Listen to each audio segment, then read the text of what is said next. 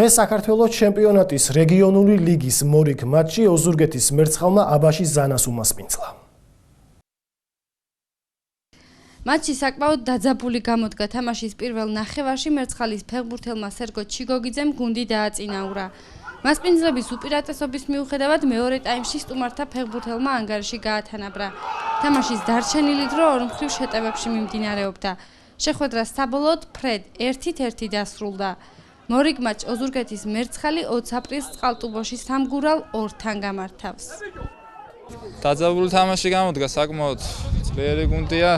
წინ მეორე სართულზე ორთაბრძოლებში საკმაოდ დიდი უპირატესობა ჰქონდათ, რის ხარჯზეც ახერხებდნენ ჩვენს ნახევარზე გადმოსვლას, ძირითადად გრძელი გადაცემებით თამაშობდნენ, მაგრამ მეორე ტაიმში შევძელით და მოვატრიალეთ თამაში. მოკლე გადაცემა უფრო მეტი მონდომების მოძრაობის ხარჯზე, ცოტა ტაქტიკური გადაადგილებაც განახორციელეთ და საბოლოოდ შედეგით კმაყოფილი ვარ. დღევანდელ თამაშს რაც შეეხება, მოწინააღმდეგე სერიოზული იყო, ბიჭებმა თავი არ დაზოგეს, მაგრამ ფორტუნა ჩვენ მხარეზე არ იყო. შეგვეძლო პირველ ტაიმში მოგვეგო თამაში, მაგრამ არ გაგვიმართლა. მიუხედავად ამისა, ჩვენ ვართ სამეულში და არ გამოსულვართ მომდევნო თამაშებში, გამოვასწორებ და უნდა ჩვენოთ შედეგი, რომ კვირა დავიკვირდოთ ადგილი პირველ მეორე ადგილზე. ამისათვის მეტი შრომა საჭირო და მეტი მომზადება.